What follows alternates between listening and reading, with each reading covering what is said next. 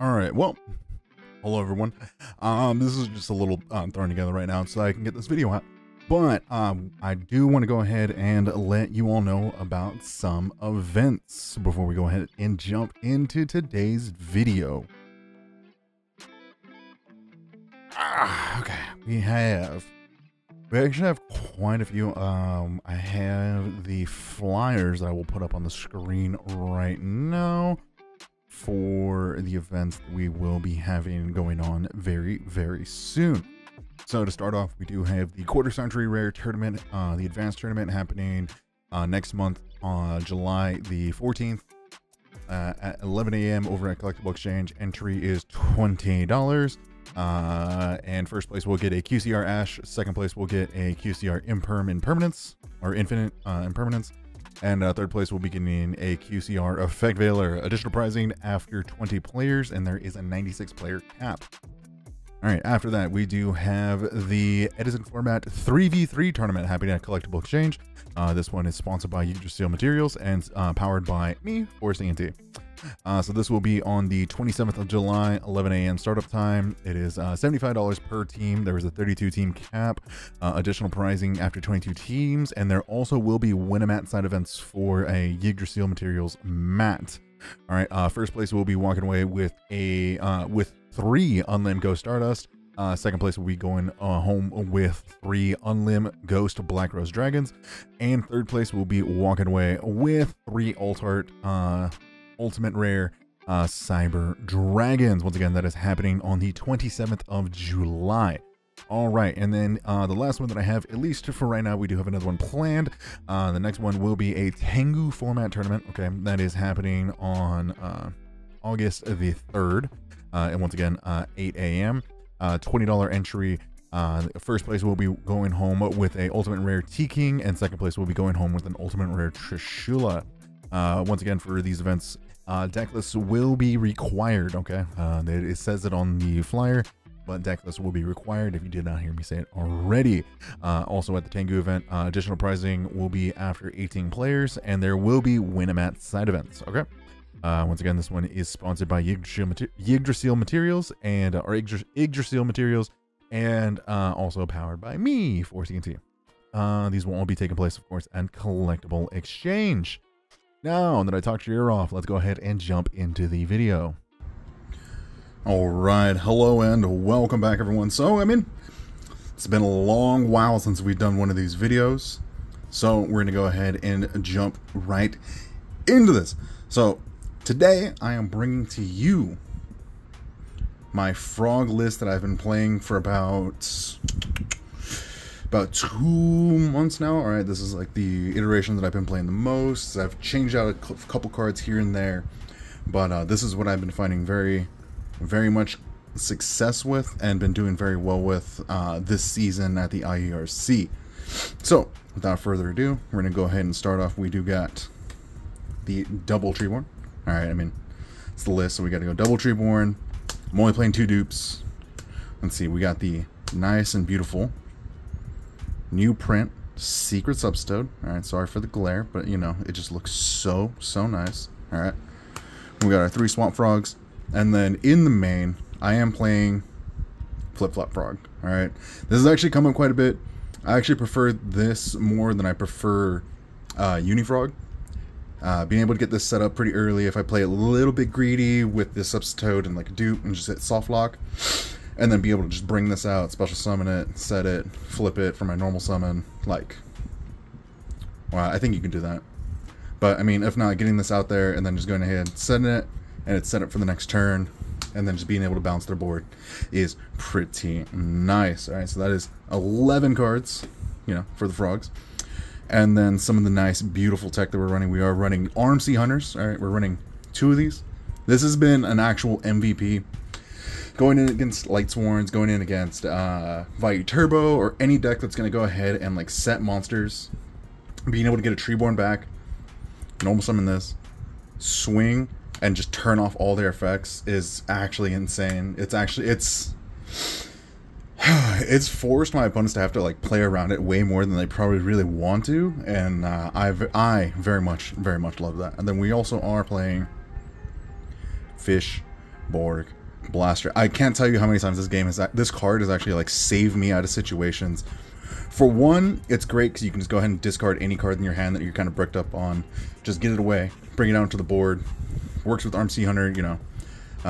Also, if you're going ahead and 1-for-1, you can pitch this, or if you somehow get this in the graveyard later or earlier, and this is in the graveyard, you can just go ahead and 1-for-1, bring out Substode, and then you can go ahead and like maybe normal summon this, or just effect, pitch a card in the graveyard, pitch a card, preferably Dandelion, honestly.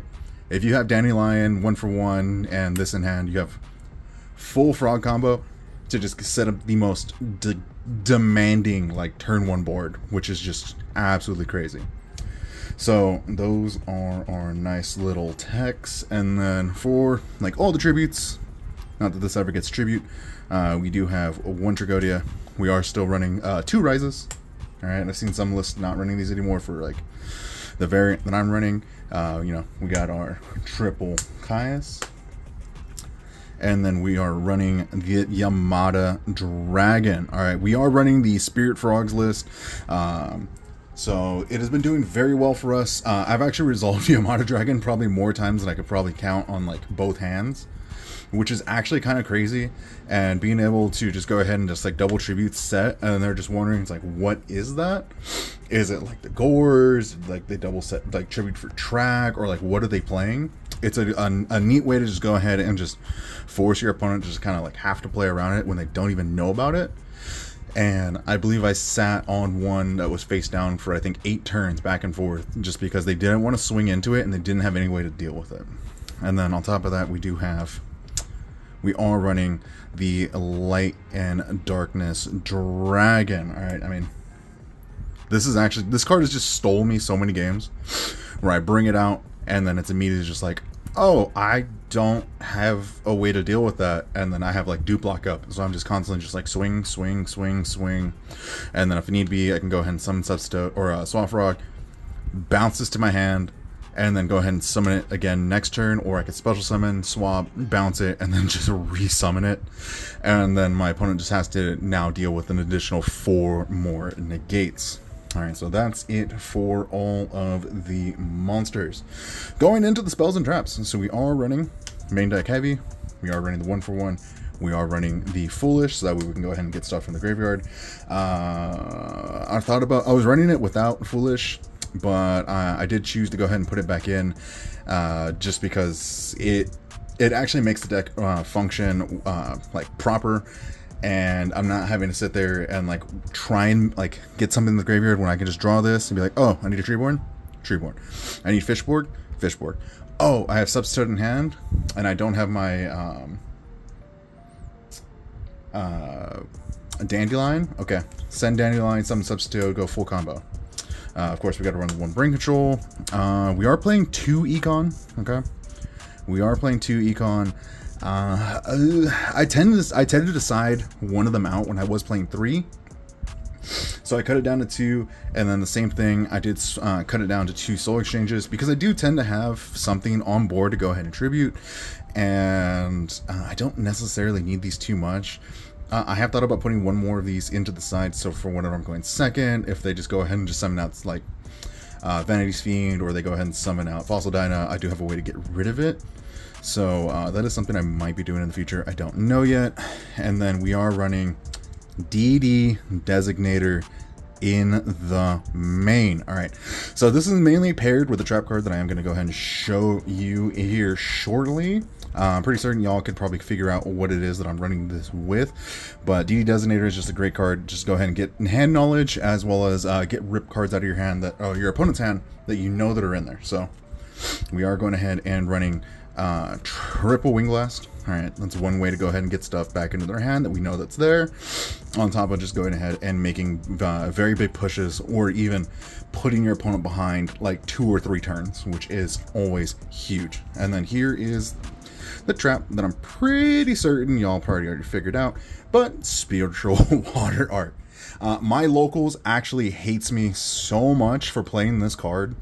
Just opening up one of these with a Treeborn and just going, okay, draw phase, activate, tribute for cost, let's see that hand, and just having perfect hand knowledge, and also being able to rip any card from their hand. It doesn't have to be a monster. It can be a monster, spell, or trap. So that way I can kind of get a good gauge on like, okay, that's a problematic card. Like they have Dust Shoot. I look at my hand. I'm like, I can't really play out as Dust Shoot, so I can get rid of the Dust Shoot. And then I have full knowledge. Or I see that they have some other like spells or traps, and then I just have perfect knowledge on those. And then if they don't set them all, the next turn I can be like, DD Designator, go ahead and call whatever it is I think is still left in hand, rip that out of hand, and then go ahead and proceed on with my plays. So that's it for the main deck. I've really fallen back in love with frogs, and this deck has mainly been the big reason why. Mainly this. All right, this is just, look at this. This is just so beautiful, fantastic. I wish it would come ulti or something, maybe in the future. Konami, please. And then moving on into the extra deck. All right, there's nothing really too much in here. I mean, we do have the Armory Arm. We are playing the one Junk Warrior. You know, we got to play the Android. We actually go into 5s a lot in this deck, so, you know, having the Android and the Ally, Sea Dragon, Lord Gilshilnadon, I believe that's how you say it. This actually has been great for a way to go ahead and climb into bigger synchros, because if you don't know, then, what is it?